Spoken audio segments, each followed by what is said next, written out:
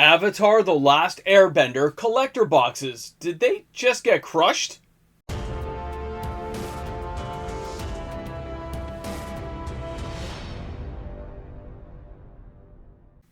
The fate of Avatar collector boxes has been decided, and it's happening near the end of spoiler season. Welcome back, everyone. MTG Moxman here, and thank you again for hanging out today for another video. Now, Avatar: The Last Airbender, well, it's coming up real soon, and players have made up their minds. Now, this followed on the heels of Spider-Man. Spider-Man did not go according to Hoyle, the plan did not go off flawlessly, and a lot of players are left with a negative taste in their mouth. That bad aftertaste that says, I'm not really interested in ever trying that again. But then we had spoiler season begin for Avatar, and players actually kind of shook it off. They moved on and said, you know what, this actually does look like a pretty good set. It looks like it's a much more well-conceived, well-thought-out, and well-executed plan for what's happening in Standard, as well as cards that are going to connect in Commander, and players dove into Avatar head first. They loved it. Now, as they loved it, they also compared, though, and they thought about the price tag. See, Spider-Man jumped up in price like it was a Final Fantasy product, and it couldn't hold it. Okay, that's why the prices have come down so much on Spider-Man, where Avatar was around $500 US per box. That puts it around $610, $615 Canadian, give or take a few bucks, plus taxes and import. When you look at this, though, as a product lineup, you saw a lot of players accepting of that price. Then we had more spoilers start to appear, and the prices started creeping up. Now, in the last several days, since those prices started to increase, we have seen a different result in the market. Things have started to kind of take a different tone. So first, let's go over and look at a local store here. So this is $849.95 Canadian. You can see 10 plus boxes are available. Now this in US dollars puts it around the $640 US mark for this particular box. Now, I looked at this price, and they haven't changed it much from the initial wave of $612 Canadian, which puts it around the $500 a box. They have raised the price, so it is higher. Now, that made me start checking other stores. This store that I'm showing you now is actually usually about 20% higher than the first one I showed you, but they're both at the exact same price point. And of course, you can see here, they have 46 units available for purchase right now. Think about that price tag. Think about how many units are there. And I can tell you without a doubt that those units were the same 5 days ago. Nothing has moved at $849 Canadian or $640 US. Those initial boxes bought, those are players who are willing to buy at that price, and the market dried up. Now, I went over and checked another bigger retailer here in Canada, and you can see here, they're actually cheaper than the other stores I just shared with you by about $50 a box. They only moved 1 unit since yesterday. Things are taking a different tone. Things are not going the way that a lot of stores thought they were going to. And this has several implications in the after effects, the aftershock of what is about to happen in the market. Now, if I jumped over and I shared with you guys TCG Player, and you can see boxes here in the 660, 680, 680, you can see all these boxes appear. Well, guess what? Those boxes that I'm sharing with you that you're seeing right now, they're about half the orders we saw a week ago in the 500 range. It's actually less than half, but I'm just giving you a rounded up number, okay? The sales slowed down massively as the box price increased, which means anyone scalping or hoping to flip for profit on this is not finding the market they found before when we're talking about Spider-Man or we're talking about Final Fantasy. That market has said, nah, not going to play that game. We are not going to take that route, that path, that journey. We are going to sit here, pick up singles, pick up something else, put our money somewhere else. Maybe we're just saving our money. Maybe we have wallet fatigue and we're not joining in the conversation. Either way, they're on the sideline somewhere, having some lemonade, watching what everyone else is doing. Because although there are sales there, since we did the initial first spoiler video for Avatar, which is about a week after my Avatar flop video, when you see those disparity in prices, they're huge. It's $100 and something a box, and the market totally shifted its idea, and they slowed down. Okay, the people who wanted it have already bought their boxes and put things aside. When I checked with all the smaller local retailers, most of them only had 6 to 12 boxes. They've sold out. They got pre-ordered. They have 1 or 2 boxes they're opening for themselves. They're done. It's the bigger stores you would go to or the scalpers that are going to have a whole bunch of excess product to dump onto the market, and not dump in a bad way, but just they're going to try to move it, and they will adjust pricing just like Spider-Man if nobody's buying it. They have wiggle room inside there in their profit margins to allow for less, to sell it off if they have to. They would just prefer not to. Now, I know a lot of players were seeing all these cool special guest cards, things like the Great Henge and all that are being in here. And a lot of people commented, by the way, on this particular card, which is the Dockside Extortionist. When you see this alternate, you're like, hey, is this card now going to be unbanned in Commander? Is this a sign that things are going to change? Is this a reason to start buying these boxes because of the unique artwork inside?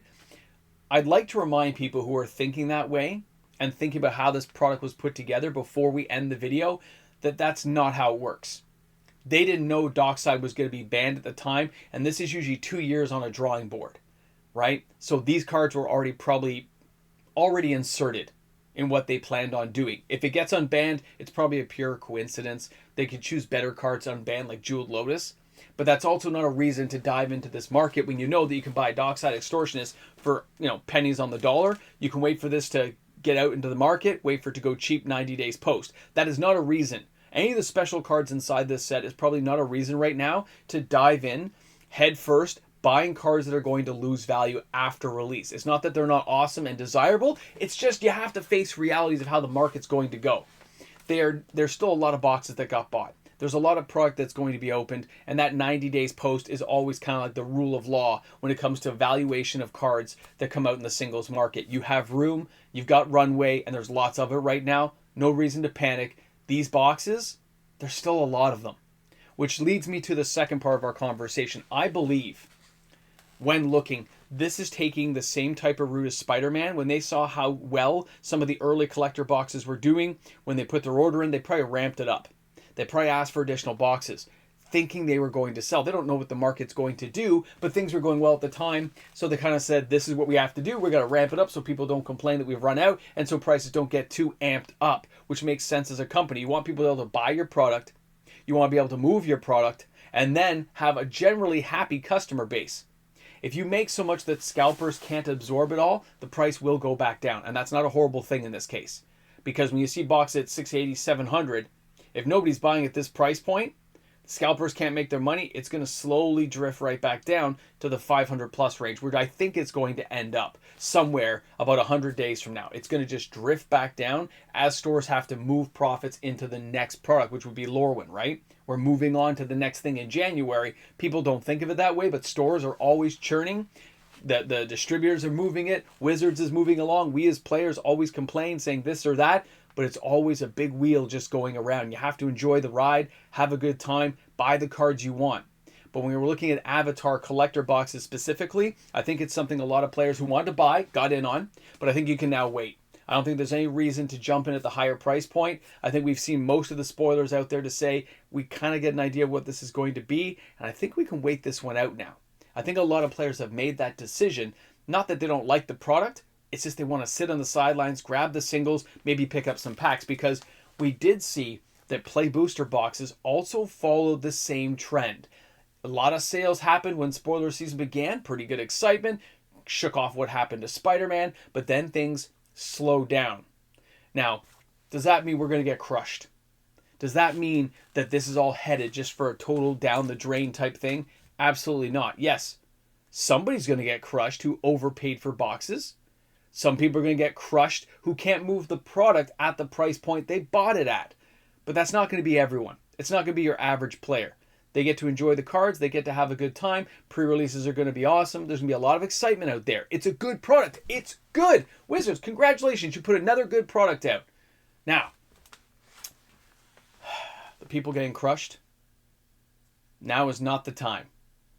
I understand that feeling of like, this is not my fault. Things didn't go the way I wanted it to. But you know what? Somebody's always going to be left holding the bag. And in this case, it looks like it's going to be some of the scalpers out there. And it looks like a lot of people who didn't buy are not inclined to buy. They're just like, I'm not buying this one. I'm buying this or that, waiting for Lorwyn. I had a couple people email me and saying, I am waiting for The Hobbit. I'm not touching anything other than singles until we get there. Some people are waiting to see what the next Infinity Stone is going to be, and they're pretty psyched up for that too. Either way, guys, let me know what you think in the comment sections. Drop some comments in this video describing how you feel about Avatar: The Last Airbender. Would you buy a box for $500? Or did you buy a box for $800? I am curious to see where that all ends up. Guys, thanks a lot for hanging out. I'll be back tomorrow, of course, with another video. So if you're new to the channel, if you enjoyed today's content, don't forget to like and subscribe. New content here every single day. Have a great one. We'll be back tomorrow. Hey everyone, welcome back to the end of the video. That's right, we're here at the end talking about all the amazing patrons, the supporters of this channel who allow for this content to be created each and every day. Without those patrons, daily uploaded content is just impossible. So thank you again for supporting my channel. Thank you for being there each and every day. To my patrons, to my YouTube membership members, thanks. Welcome back. You're at the Ramble and the Jamble. Ramble and the Jamble. Halloween has gone by. The Jays lost the World Series, and we're looking at Magic, and it looks like things might be slowing down. I'm sure I'm not the only one who's noticed it, and I'm not sure it's actually the slowdown that people think it's going to be. I think it's just more of a realistic vision of what you can expect to see. It's not going to be a show-stopping, off a cliff and things happen, but at the same time, stores that are over-leveraged with some of these newer products that cost so much, I think they're going to feel the brunt of this one, and it's going to hurt. It won't happen right away, but by Christmas time, I don't like the look of how things could go if they can't move some of these products off their shelves. Especially things like Spider-Man, they're going to be hitting around for a while because nobody wants to buy it at that price. Guys, it is what it is. It's not perfect, but you know what? Tomorrow's another day. We get to try it all again. Thanks a lot for tuning in. The Ramble Jamble's over. No, it's not. It's not over. I'm going to make note of one thing here at the end of the video. I'll talk about it in the live stream because I'm filming this probably, an hour or 2 hours before the live stream's going to happen. I didn't get a single trick-or-treater. Not one. I don't know what happened to my street. I usually am taking Mini-Mox over by the in-laws' place. And, of course, he's older now. We're going to give out candy. Nobody came. No one. And as a Halloween fan, I'm so disappointed.